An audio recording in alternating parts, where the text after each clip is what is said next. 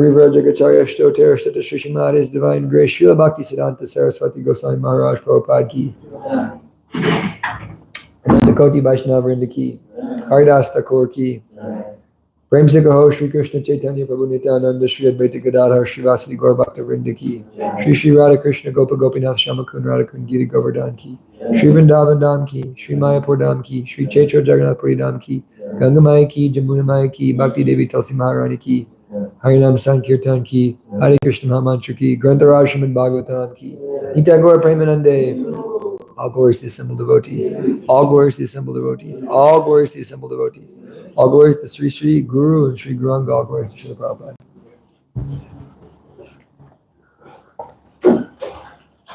Hare Krishna, everybody. I'd like to welcome our guests, Isha Avatar, and maybe again, Sandy. Hare Krishna. Nice to meet you. Nice to see you again. And we'd like to welcome our newly married couple, Dr. Jesse and Tarlakshi, Devi Dasi. Om Jnanatamarandasya Gnanjana Shalakaya Chakshurmilitam Yena Tasmai Sri Gurue Namaha Shri Chaitanya Manobhistam Stapitam Yena Bhutale Swayam Rupa Kadamayam Dadati Swapadantikam Vandeyam Shri Guru Shri Yuta Padakamalam Shri Gurun Vaishnavamscha Shri Rupam Sagajatam Sahagana Raghunathan Vitam Tam Sajivam Sadvaitam Savadutam Parijana Saitam Krishna Chaitanya Devam Shri Radha Krishna Padan Sagana Lalita Shri Vishakan Vitamscha Hey Krishna Karuna Sindhu Dinabandhu Jagatpate Gopesha Gopika Kanta Radha Kanta Namostute Tapta Kanchana Gaurangi Radhe Vrindavani Svare Visubhana Sute Devi Pranamami Hari Priye Namaste Girirajaya Shri Govardhana Namane Shesha Klesha Nashaya Paramananda Daine Vancha Kalpatarabhyascha Kripa Sindhubhyevacha Patitanam Pavanebhyo Vaishnavebhyo Namo Namah Jaya Shri Krishna Chaitanya Prabhu Nityananda Shri Advaita Gadadhar Shri Vasari Gaura Bhakta Vrinda Hare Krishna Krishna Krishna Hare Hare Hare Rama, Rama Rama, Hare Hare. Hare Krishna, Krishna Krishna, Hare Hare. Hare Rama, Rama Rama, Hare Hare. Mare Kabando Matsangin, Madguru Madmadana, Madnistaraka Madbhagya, Madananda Namostute, Asaru Saru Tadayan, Hatini Chotatakara, Hanamuncha Karachin Mam Premna Ritkatayos Pura Om Namo Bhagavate Vasudevaya Om Namo Bhagavate Vasudevaya. Om Namo Bhagavate Vasudevaya Om Namo Bhagavate Vasudevaya. Om Namo Bhagavate Vasudevaya Om Namo Bhagavate Vasudevaya. Narayanam Namaskritta Naram Chaiva Narottamam Devyam Saraswatim Vyasam Tato Jayam Madhirayat Nasta Preshu Bhadreshu Nityam Bhagavata Sevaya Bhagavate Uttama Shloke Bhaktir Bhavati Naishtaki. Hare Krishna, everybody. Reading from Srimad Bhagavatam, Canto 4, Creation of the Fourth Order, chapter number 28. King Paranjana becomes a woman in his next life, text number 26. I'll read from my phone. At eyes.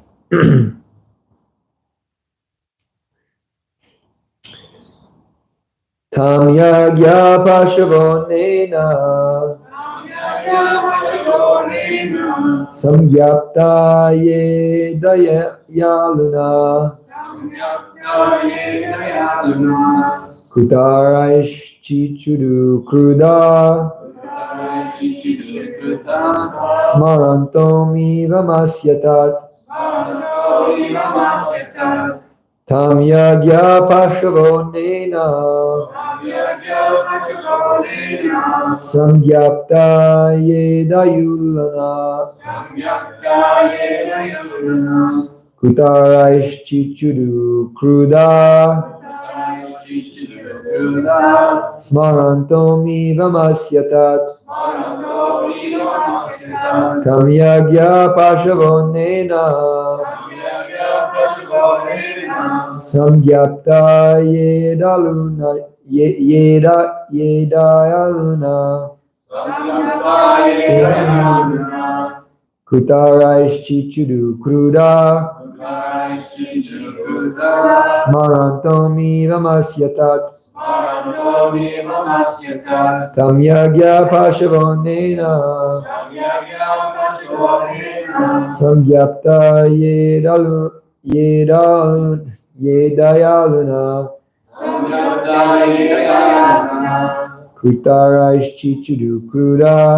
chichudu kruda smarantomi vamasyatat.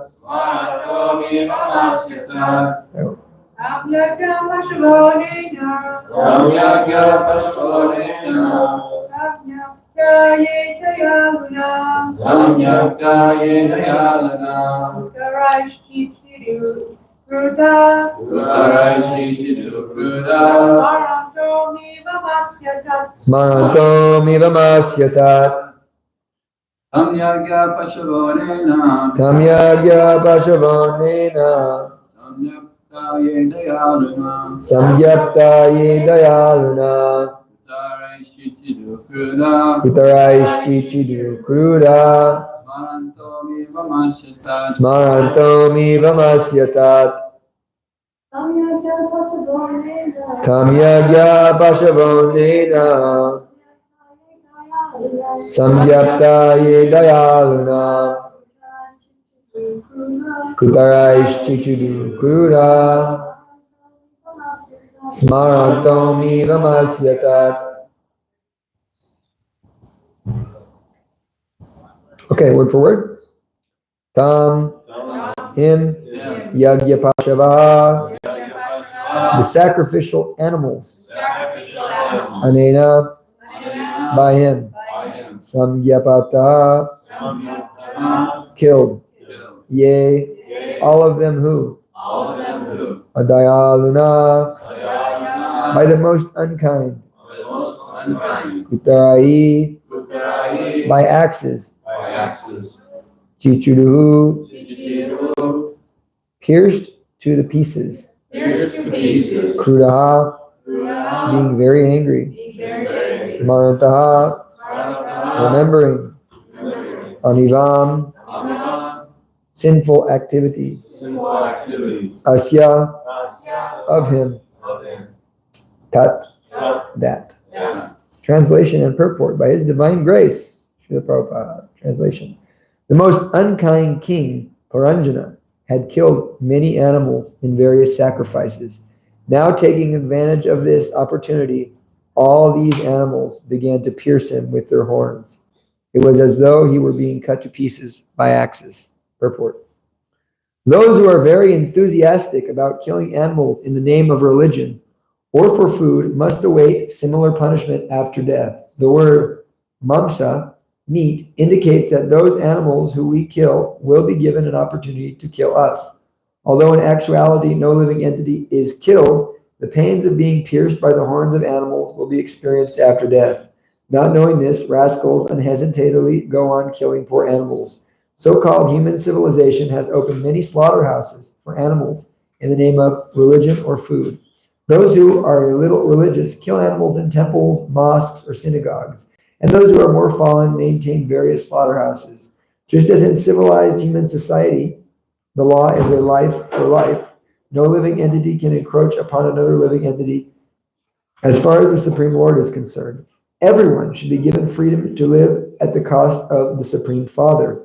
And animal killing, either for religion or for food, is always condemned by the Supreme Personality of Godhead.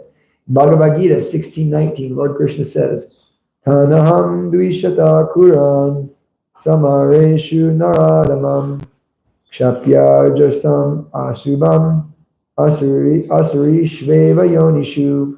Those who are envious, mischievous, who are the lowest among men, are cast by me into the ocean of material existence, into various demoniac species of life. The animal killers, Drishataha, envying other living entities and the Supreme Personality of Godhead, are placed in darkness and cannot understand the theme and objective of life. This is further explained in the following verses. Namaste Jivanandaya Dasaya Vanacharine Prabhupada Balavaya Srinivasi Lavanavine Agyana Dvanta Gamanam Pashtapati Tatmanam Gyana Gurute Chitarine Chakshashina Maha Nama Om Vishnu Padaya Krishna Prishtaya Bhutale Srimate Bhaktivedanta Swami Niti Namane Namaste Saraswate Devi Gauravani Prachadine Nirvashesha Shandivadi Pashtadeshitadine. So, we're still hearing about King Paranjana Maharaj's dying process. So I thought we'll go back and do a little bit of a history here as to why this is being spoken. So who's speaking this story? Narada Muni speaking it. And why is he speaking it? So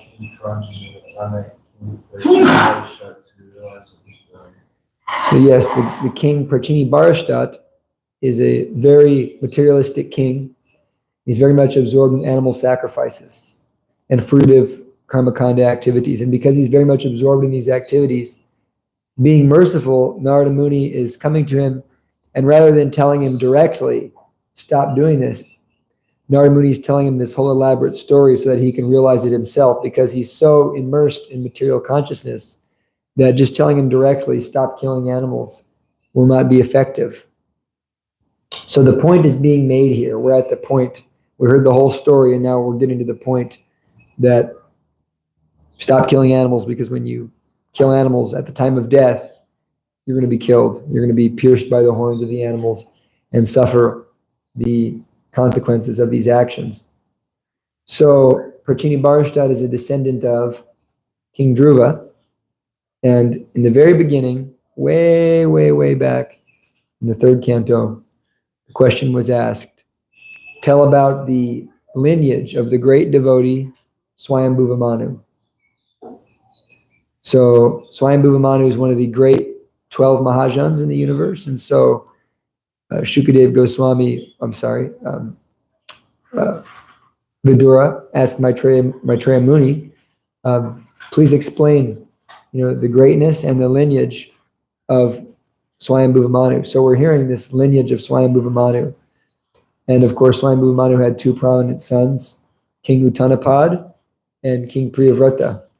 And so we've been hearing about the descendants of King Uttanapad, starting with Uttanapad and Dhruva, going down into Prithu, and now we're into Prachini Barastat, who is the father of the Prachetas. And after the line of Uttanapad is diminished, then the other son, Priyavrata, who went away to perform austerities, will become reestablished as the king. And he was a great king. And we'll hear about him in the 5th canto, King Priyavrata. So in the process of these various kings, some of them were really pure, like King Anga, King Prithu, King Dhruva. Some of them were not so pure, like King Vena. He was a serial killer. He was it's the oldest recorded instance of a child serial killer. He used to kill his playmates at the playground and murder them. He used to kill animals and torture them. He was a real deal. Oldest recorded serial killer. And so, he was killed by the Brahmanas, and then Prithu Maharaj was born. And so now we're hearing about Prachini Barastat, who was not necessarily evil in the sense that he was like King Vena, but he was just very materialistic. He was absorbed in religious activities for the sake of material enjoyment, and part of that process is animal killing in the name of religion. So the killing of animals in the name of religion is not real religion. That point is very strongly made in the Bhagavatam right off the bat. It's described that there are two types of Bhagavats, Nityam Bhagavata Sevaya. There's the pure devotee Bhagavat, and then there's the book Bhagavat. And so the book Bhagavat is someone who rejects the cheating religions. It's a book that rejects the cheating religions. Dharma projito kaitavo paramo nirmatsaranam satam. It's described in the second verse of the Srimad Bhagavatam, Dharma projito kaitavo, that this Srimad Bhagavatam completely rejects all cheating religions. And cheating religions are those religions or those spiritual practices which one indulges in to get kama, or sense gratification. So someone may go to church, may go to the mosque, may go to the temple or the synagogue and approach God for sense gratification, or approach demigods for sense gratification, or approach ghosts and spirits and bhutas for sense gratification. That is not real religion. Artha, someone may go to the synagogue or church or temple to get money, pray to the Lord for money to help me with my economic development, help me with progressing my family economic development. These types of things are not real religion.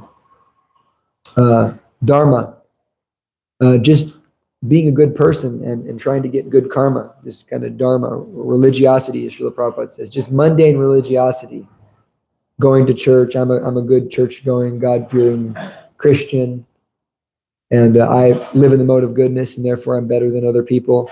This is also a type of cheating religion. And lastly, moksha, even religion that is being done for the sake of liberation. I want to be liberated from suffering. And that religion is also considered cheating, because that's not the ultimate goal of what religion is. Real religion is that which leads us to love for Krishna. And so the Bhagavatam, Dharma projito kaitavo trapamo nirmatsaranam satam, it completely rejects all these cheating religions and establishes the highest truth, which is reality distinguished from illusion for the benefit of all, as Srila Prabhupada translates it. And it's described that this Bhagavat Dharma, this actual process of spirituality which we're being presented by the Srimad Bhagavatam and given to us by Srila Prabhupada, is it's for those who are near Matsaranam, those who are non-envious. And this word Matsarya is a little different. Prabhupada translates it to envy, but there's a broader meaning to the word Matsarya. Matsarya ultimately means being completely or being unhappy and dissatisfied with our circumstances. So unless we're satisfied, spiritually satisfied, we can understand there's some Matsarya there. We want things to be a different way than they are. That's what Prabhupada translates as envy, because things are the way they are because Krishna arranged them that way. And so someone who's fully surrendered to Krishna accepts the way things are, and he's happy in that state. So we don't want to be Matsarya. And so someone who is a representative of the book Bhagavat, person Bhagavat, they have to speak in that way. They have to completely reject that which is cheating. So sometimes, being around my spiritual master, and also there's so many stories of Srila Prabhupada like this, where, it may not be advantageous to speak the total rejection of cheating religions, because people may become upset, they may become, agitated, but still, because someone who's actually a genuine representative of Srila Vyasadeva, Narada Muni, and the disciplic succession, they must speak. That is cheating. What is the real thing? So Srila Prabhupada was like that. One of my favorite stories about Srila Prabhupada in that regard is Srila Prabhupada was given a very dignified welcome when he came to France, to Paris, because at that time the ambassador of France to India was coming, and so there was no one to greet them. So this lady who was in charge of this event, she asked the devotees to greet the ambassador, and in turn the devotee said, well, can you honor our spiritual master? I said, oh yeah, we'll honor the spiritual master. So the vice mayor came, and he was speaking, and then they told Srila Prabhupada, when the mayor walks in, you have to stand. Prabhupada said, okay. And then the mayor walked in and started glorifying Srila Prabhupada, and Prabhupada just sat there. There's a Prabhupada stand, and Prabhupada said, why should I stand for this rascal? And he was, very political speaking. Prabhupada didn't stand, and they were like, Prabhupada didn't stand. And they said, well, Prabhupada gets a chance to speak. And then Prabhupada went up and spoke. And this described how Prabhupada went directly for the jugular. He said, any government that's not promoting Bhagavat Dharma is a demoniac government and should be rejected, And so he spoke like this, and it was pretty awkward, as they tell, because he's telling the mayor he's a demon after he just, welcomed him in. And Srila Prabhupada completely walked on peacefully, because Prabhupada is surrendered to the real leader of human society, Krishna. And Prabhupada is following in the disciplic succession. So he's a perfect representative of the Bhagavatam in that he is completely rejecting that which is false. And so in our Krishna consciousness, we should also practice this rejection of that which is not pure devotional service. We should not settle for less, because only pure devotional service will give us complete satisfaction. Sabai pum sampara dharmo yato bhaktir hoksajaya haitu kyapatiyata yayatma suprasiditi. That if we want suprasiditi, yayatma suprasiditi, complete satisfaction of the soul, of the body, of the mind, the emotions, then bhakti yoga at hoksajaya, that bhakti yoga which is done onto the personality of Godhead, Ahoksajay, who's not perceived with the senses. And that bhakti yoga is a haitukya pratiyata. It's unmotivated and uninterrupted, pure devotional service. So in that way, Narada Muni is very strongly presenting this analogy or this story, this metaphorical story to King Prachini Barshad. He's telling of King Puranjana. He's telling a story so that King Puranjana will realize that he's involved in cheating religion, and that the results of cheating religion are ultimately birth, death, old age, and disease, and a lot of suffering. So one thing can be said is that if these processes are cheating, then why are they there in the Vedas? This is a common question. Why are these processes presented in the Vedas and another religious text if they're cheating. If the Bhagavatam is saying reject them, and then the Bhagavad Gita, Krishna is saying that you should, let go of the flowery language of the Vedas and take to the transcendental path, why is it that they're there? And so this question has been raised for a long time, since time immemorial. In fact, when Srila Vyasadeva was sitting in his ashram 5,000 years ago, he was still not feeling fully satisfied. He was not experiencing yayatma supersedity. Yet Srila Vyasadeva's spiritual qualifications are so great. In fact, he's actually an incarnation of the personality of Godhead. Yet he wasn't satisfied. So why wasn't he satisfied? And as he was thinking this, Narada Muni beamed in, and he said, my dear Guru Maharaj, Narada Muni, why am I unsatisfied? And Narada Muni chastised him very strongly. He said, you're not satisfied because you've given people only that which is going to entangle them worse. You've given them processes of religion that are not actual religion. And you've given them the Mahabharata, and the Bhagavad Gita was in there, yeah, but that's not enough for people to really absorb themselves and to really take to the actual process which is going to make them truly satisfied. And you yourself haven't engaged in that, so you're not truly satisfied. So what is that process? That process is hearing and chanting of Krishna. When one can engage in the process of Shravanam, Kirtanam, Vishnu Smaranam, so forth, then that will bring about ultimate satisfaction. So Vyasadeva began to write the Srimad Bhagavatam, which is the cream of Vedic knowledge. But nevertheless, these processes are there for a reason, because not everybody's going to take to pure devotional service. And so if the only spiritual guidelines are that standard, which is pure devotional service, and those who can't follow that reject it, what are they to do? Then they would go into sinful life. So that's why there's a yoga ladder. There's a step-by-step elevation. And even in our own Krishna consciousness, we may not be at the level of pure devotional service, but we can still apply the yoga ladder, which works. So in the beginning of the yoga ladder, there's sinful life. Life without any rules and regulations, meaning that I do whatever I want, when I want, and how I want it. And I pretty much apply mundane morality based on society, friendship, and love. I apply that to my life, that I'm going to be a good person according to the standard I think. If it's not hurting anybody, why not do it? And so this type of consciousness can be adjusted. Your morals are completely adjustable. And this is why we see in the world today, there's even a debate over abortion. There's a debate over all this stuff because these morals are just totally flexible. At what point does it become wrong, and what point does it become right? And I'm not making any opinions. I'm just saying there's no point at which something becomes wrong or right, because you're making it wrong or right according to your own opinion. Speculation. And so by that definition, morality is just going downhill day by day as Kali Yuga progresses. And we're seeing this, that people are very, very disturbed. People have very little heart.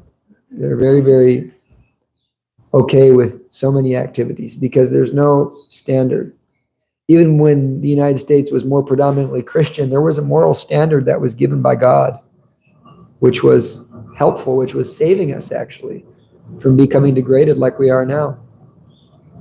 But people don't realize that.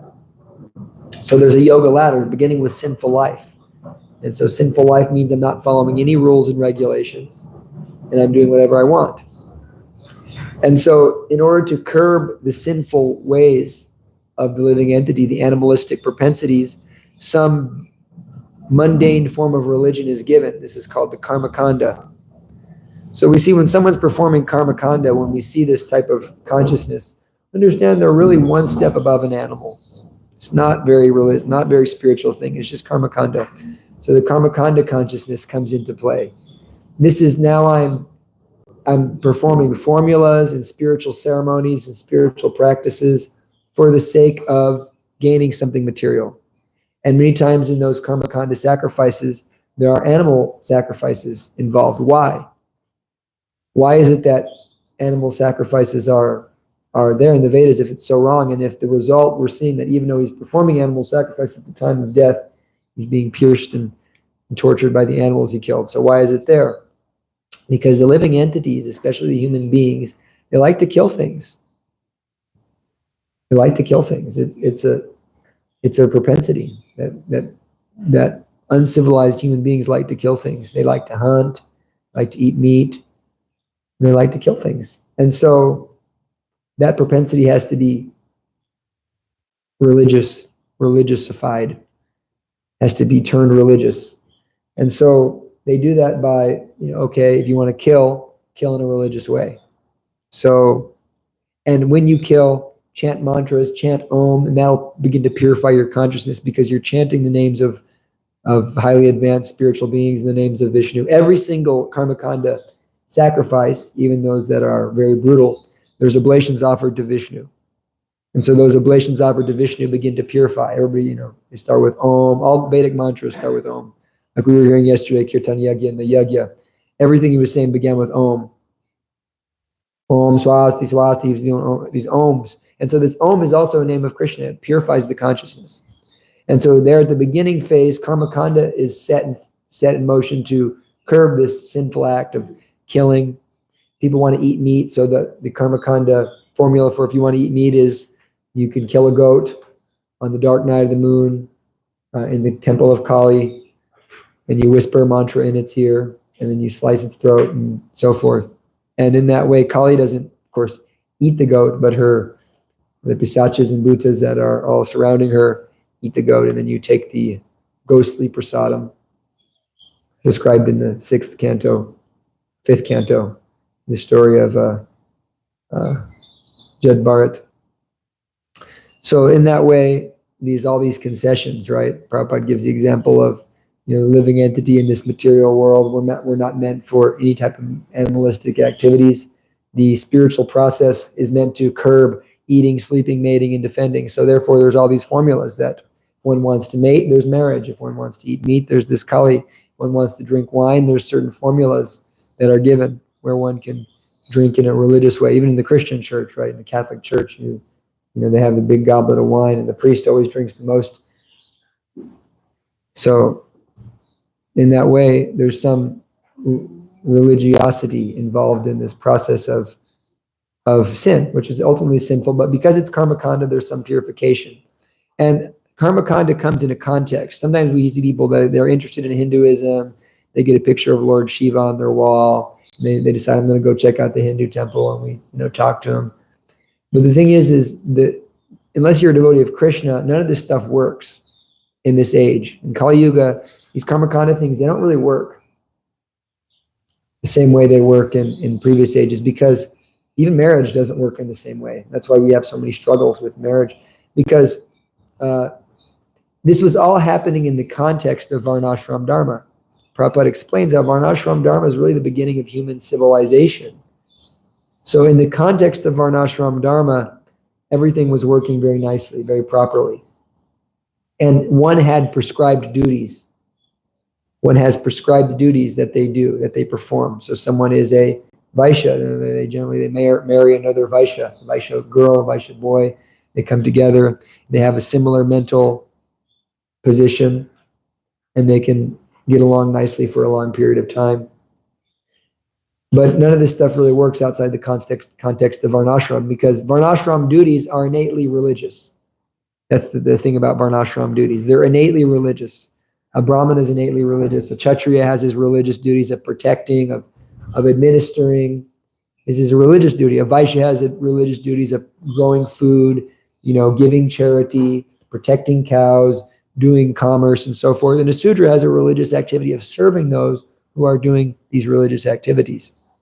And so in that way, everybody's doing a religious activity. But when your job is so sinful by nature, you can't purify it with your karmakanda sacrifice. You can't work at the slaughterhouse or the strip club and then say that, it's cool because I'm doing karmakanda. It doesn't work that way. So basically, karmakanda is impossible in this age. So it doesn't really work in this age. But in the other ages, it worked to purify people. And then if you can graduate from karmakanda, then you can perform karma yoga. And there's two types of karma yoga. There's karma yoga where you're attached, and karma yoga where you're detached. But the thing about karma means action, right? So karma yoga works very nicely if you have a religious duty. Like if your job and your household, your varna and your ashram are not totally sinful, you can perform karma yoga. But you can't really perform karma yoga by working at the slaughterhouse. You can't offer that to Krishna. You can't offer sinful acts to Krishna. So in that way, even karma yoga doesn't really work so much in this age. But karma yoga is we still play with it. We still do it. We mix it with our bhakti in the sense that what we're doing in Krishna consciousness. Karma yoga means one is attached to the work or attached to the fruits of work. So some people may be doing some activity. They want to do something and they want to do it in a spiritual way. They don't want to get karma for it. Krishna explains, Yagyartat karma yonyatra lokayam karma bandha tadartam karma konteya muktasanga samacharaha.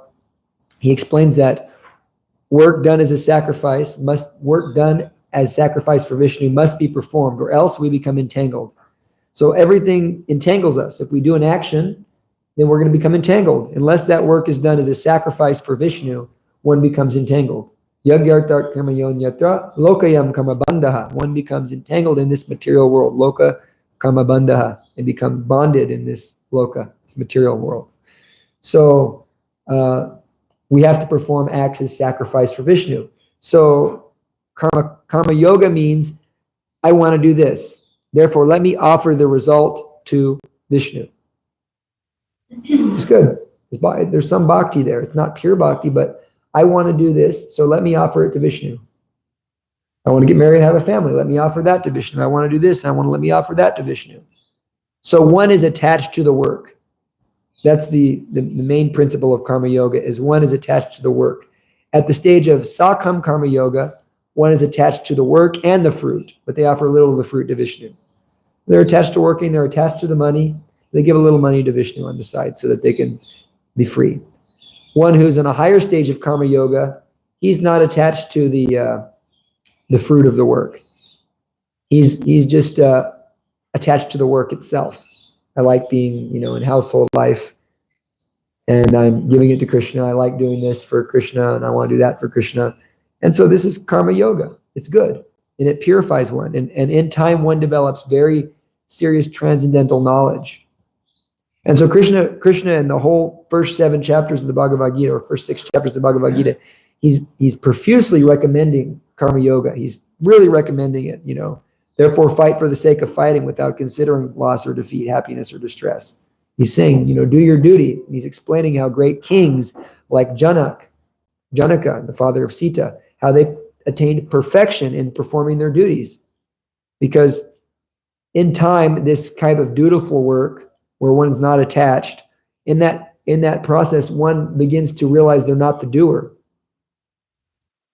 And they begin to develop what's called transcendental knowledge, satvagyan. They begin to realize, I'm not this body. And in realizing they're not this body, all of the sinful activities start becoming destroyed. They're not getting any reaction. So karma yoga is great. But the difference between karma yoga and pure bhakti yoga is that a bhakti yogi, he is attached to Krishna. He's not attached to the work he's doing. He's not, I want to do this for Krishna. I want to do that for Krishna. Srila Vishwanath Chakravarti Thakur, in the 9th chapter of Bhagavad Gita, he explains that Krishna gives this verse, Yad karosi, yad osnasi, yad johosi dadasi, yad tapasyasi konteya, tat karosa madarpanam. Krishna says, whatever you eat, whatever you offer, whatever charity you give, whatever you give away, do that as an offering to me. And Vishwanath Chakravarti Thakur is saying, he when he gives purports, he gets in Krishna's mind because he's a gopi in the spiritual world. He can do that. He says, Krishna is saying, if you can't do all I've already explained about bhakti, always thinking of me and, all that, always chanting my glories. If you can't do that, whatever you do, just do for me. Whatever you do for me. That's good. You'll become purified and you'll come to the stage of pure devotional service. Akama sarvakamova moksha kama udaradi. Whether you're akama, you're free of material desires, you're sarvakama, you're full of material desires, or you're moksha kama, you desire liberation. In all cases, perform bhakti yoga. Just worship me with your broad intelligence, worship me. So still, on the selfish level, it's all good. Well, I'm going to worship Krishna. I'm going to be okay. And this is what I want to do. And I'm doing the right thing. I'm going to the temple. I'm bowing down. I'm chanting rounds. It's great. But we want to want to rise out of love for Krishna, out of attachment for all that he's done for us and for love for our guru. We want to rise to the platform of pure devotional service because that's going to really satisfy our heart. That's going to give us so much happiness. That's going to make Krishna happy. That's going to take us back to Godhead. So beyond karma yoga, we hear about jnana yoga. And Krishna doesn't recommend jnana yoga. Jnana yoga is that person who is trying to figure out what is matter and what is spirit. He's always meditating as to what is matter and what is spirit. And so jnana yoga takes a very high qualification. Karma yoga, you got to be a varnashram. You got to be you got to be living a pretty decent life. You can do karma yoga. Basically, karma yoga, you have to be following four regulative principles. You follow four regulative principles, you can perform karma yoga. Jnana yoga, you have to take sannyas. You can't even perform. So sometimes we get people that come, I'm a jnana yogi. Well, I see you have a girlfriend and you eat meat, so I can understand you're not a jnana yogi. Because jnana yoga, really, to be at that stage, you have to take sannyas. So Krishna's not recommending that for Arjuna because Arjuna is not a sannyasi. So jnana yoga, not very practical in this age. Because jnana yoga means you've ceased activities of material and now you're just trying to figure out myself as spirit. I'm trying to become spirit. I'm trying to know that I'm spirit. So I can't be engaging in things of matter if I'm trying to know I'm spirit. That means I've given up everything. So jnana yoga doesn't work. Then there's Ashtanga yoga, which doesn't really work either because it takes millions of years. But even Ashtanga yoga and jnana yoga and karma yoga, they all take you to the same place. Ashtanga yoga takes you a little higher. It takes you to the super soul. Jnana yoga and karma yoga, they take you to realizing I'm not this body. That's called sattva jnana. Means I'm not this body. One's realized I'm not this body. Congratulations. So if you realize you're not this body, that doesn't necessarily qualify you for going back to Godhead. That doesn't qualify you for dancing with Krishna, for going and having beautiful pastimes with Krishna. That doesn't necessarily satisfy the self because the self is satisfied by love. Love is what really satisfies us. And so when we're satisfied by love and love only, who is the lover? Who is the supreme lover? Krishna is the supreme lover. And so we're looking to become satisfied, but just realizing I'm not this body, that's the 0 point. That's when, okay, I'm no longer suffering the karma of the material world. I'm no longer suffering the pains and miseries of the body, but I'm not satisfied. And therefore, because I don't know about Krishna, I have to seek satisfaction by going back into Maya. And therefore, those who go to the Brahma Jyoti, those who become impersonally liberated, they always come back down to the material world. And we see that. We see that someone, they meditated, they went into samadhi for a month and a half, and now they're building hospitals and, doing things, all this nonsense. And it's just material. And those hospitals are going to be demolished in 100 years and no one will remember who they are. And they're going to get all the karma for doing that. And they're going to come back to the material world and become reentangled. So this is not our process. This is not the highest thing. Therefore, the real thing and the only viable process in this age and the ultimate process is bhakti yoga, which the Bhagavatam affirms time and time again. That this bhakti process is the highest process. And it's also said, Sutta Goswami says, Dharma swanushtita pumsam vishvakshenakata shriyaha notpadyaridim ratim shrama evaha kevalam. He says that religious process which doesn't lead to this vishvakshenakata rati, this attachment, notpadyad yati ratim, this attachment to this message of Krishna, it's shrama eva kevalam, it's useless. It doesn't do you any good in this life or the next life. So bhakti yoga is the viable process, and only this bhakti yoga, this pure devotional service, unmotivated and uninterrupted, can take you to Krishna. Krishna says, Bhakti mam abhijananti yavanyash tasmi tatvataha tato mam tatvato gyatas vishate tadanantaram. That I can only be understood as I am, as the Supreme Personality of Godhead, by bhakti yoga. And when one is purified by such bhakti yoga, he's qualified to enter into the kingdom of God. So all the other stuff, all the other things we're doing, they can get us to make us realize we're not this body at best. We can realize we're not this body. And if we actually realize we're not this body, if we really actually come to that conclusion in full, then we have to become a bhakti yogi. There's no doubt about it. Krishna says that after many, many births and deaths, one who's a jnanavan, one who's actually in knowledge, Vasudevam Sarvamiti, he begins to see that there's nothing in this universe but Krishna. Bahunam janmanam ante jnanavan mam prapadyate. He actually realizes I'm not this body. He surrenders unto me, mam prapadyate, because if you realize you're not this body, then if you really know that, then Vasudevam Sarvamiti, you realize that there's nothing but Krishna. Krishna is all there is. Krishna is all that I ever needed. He's all that I ever wanted. But he says, Samahatma Sadurlabha, it's very, very rare. But it doesn't have to be very rare, because Srila Prabhupada has come and Lord Chaitanya has come to make it not rare. So what is the jump? What is the jump between being just a karma yogi, being just, religious person, and being a pure devotee? What is the jump? What's the special factor that makes us go from point A to point B? It's the devotees, meeting the devotees. You meet a pure devotee. Prabhupada explains in the purport to Bhagavad Gita 7:19, says that in the beginning of transcendental life, in the beginning of spiritual life, one has a tendency toward impersonalism. But that tendency toward impersonalism advances by the meeting of a pure devotee. And we hear about there's 4 types of pious people who come to Krishna.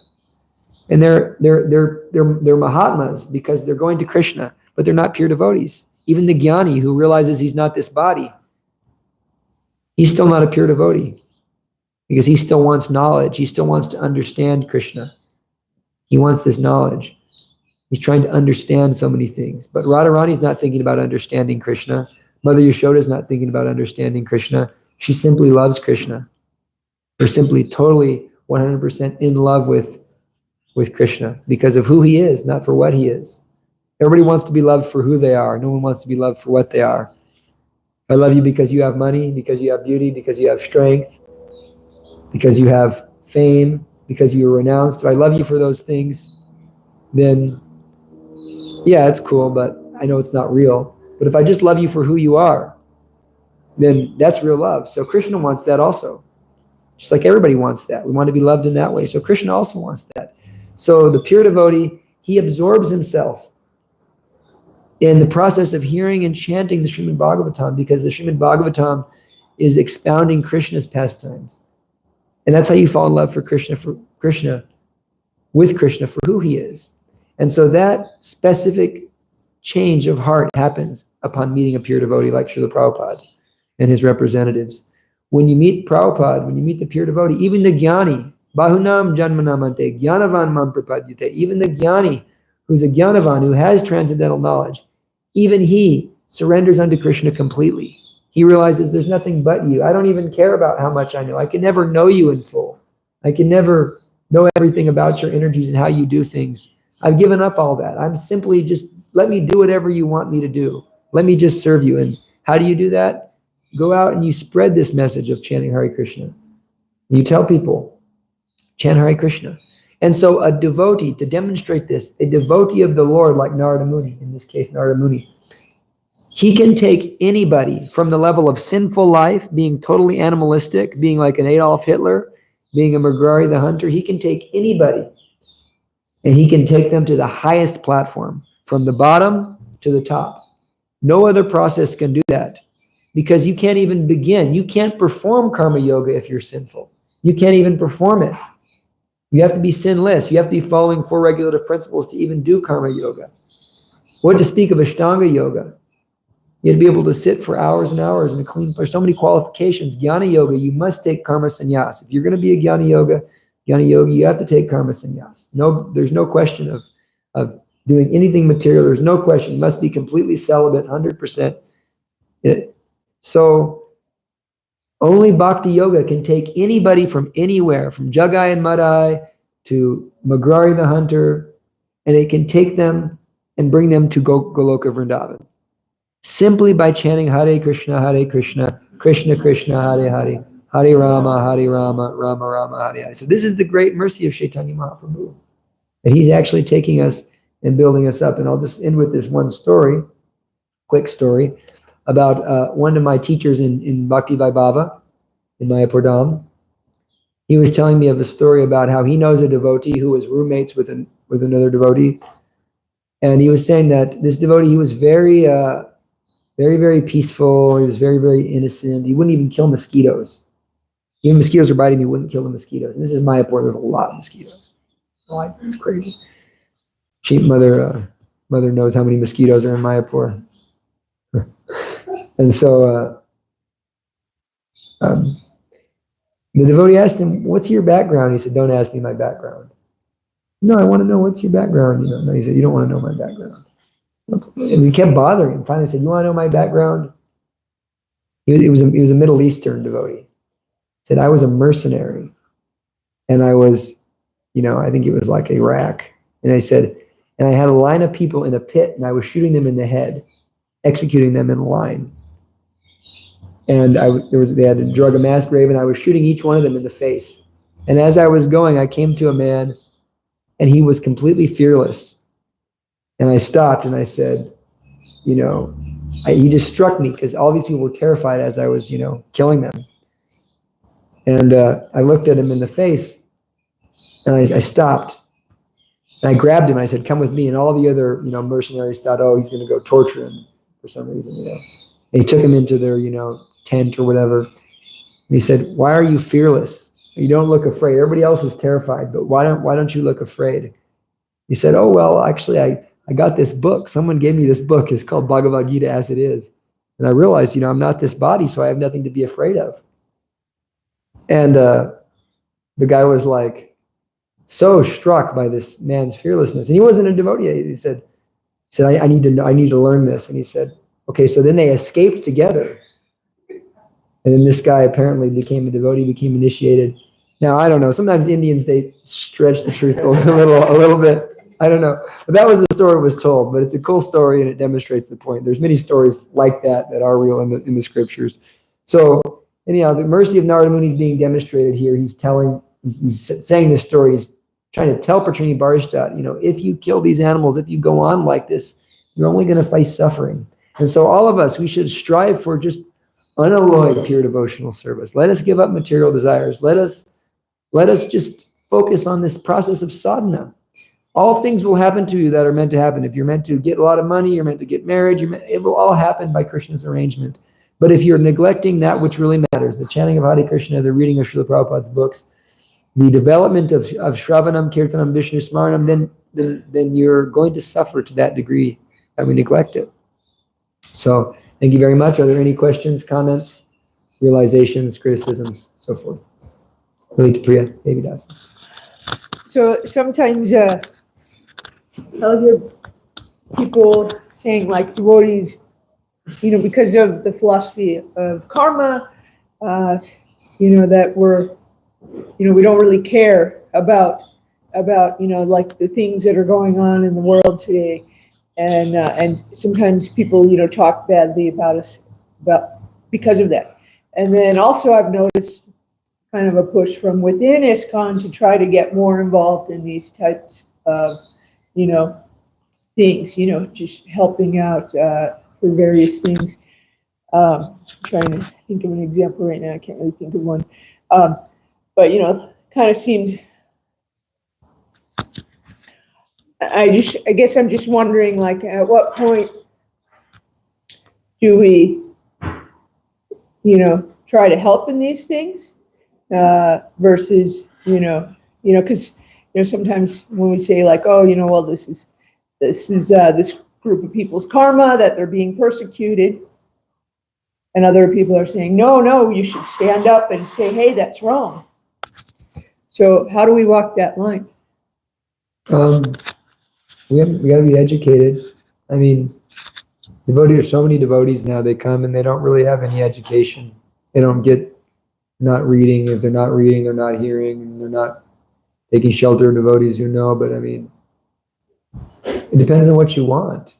You want to get the pleasure of being the big hero, stopping someone from, solving some material problem that's going to just reoccur, guaranteed. We're only going deeper into Kali Yuga. It's guaranteed to reoccur. Or do you want to be a real hero and you want to free people from birth, death, old age, and disease? Now, we're not uncompassionate. Someone comes and they say, they're suffering. We be compassionate. We do what we can to help. We take care of the body. Govinda Datta Prabhu is going out and feeding the firefighters prasadam. Prasadam, though, he's feeding them prasadam. And there's a Krishna conscious way to do it, to help people. Like we hear about Indradyumna Maharaj and his disciples. They were during some of those wars that were happening in the early 90s after the fall of the Soviet Union. they were doing this amazing Food for Life program, giving, that's okay, that you're doing something, but it's still Krishna conscious. But if we start thinking that we're going to solve the material problems in this world, that's just our arrogance, that we think we can solve anything.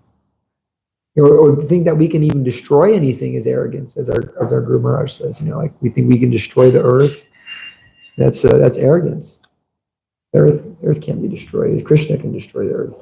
So we have to really understand that we help what we can. Of course, giving someone some food, helping them is good. We treat people with kindness, but we can't be too absorbed in this type of materialistic stuff, because that's not our business. Our business is Shravanam, Kirtanam, Vishnu, and our business is to save people in the way that really matters, to save them from birth, death, old age, and disease. And so people who are sentimental, who come to the movement, they have what's called Lokika Shraddha, very sentimental faith. They don't have a factual understanding of what is going on. They don't really understand, I'm not this body, and that they're not this body, and that this, like the planet's going to go the way it's going to go. We know how it's going to go. We know it actually. We don't got to be speculative. We know where Kali Yuga is going. So we know what we can do. We serve people on the soul level. And then we go back home, back to Gaia. We don't become entangled. So, Mother Pavitra has a question. I was just going to say, I just read the devotees were asking Srila Prabhupada about I don't know, it's about global warming.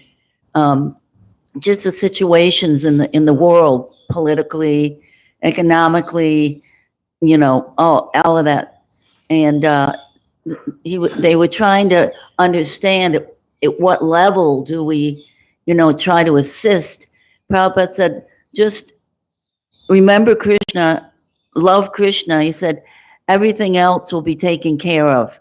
The Mother Earth, everything, she'll take care of everything. You don't have to get involved in this, because the three modes of material nature are controlling everything anyway. He said, just chant Hare Krishna and get out.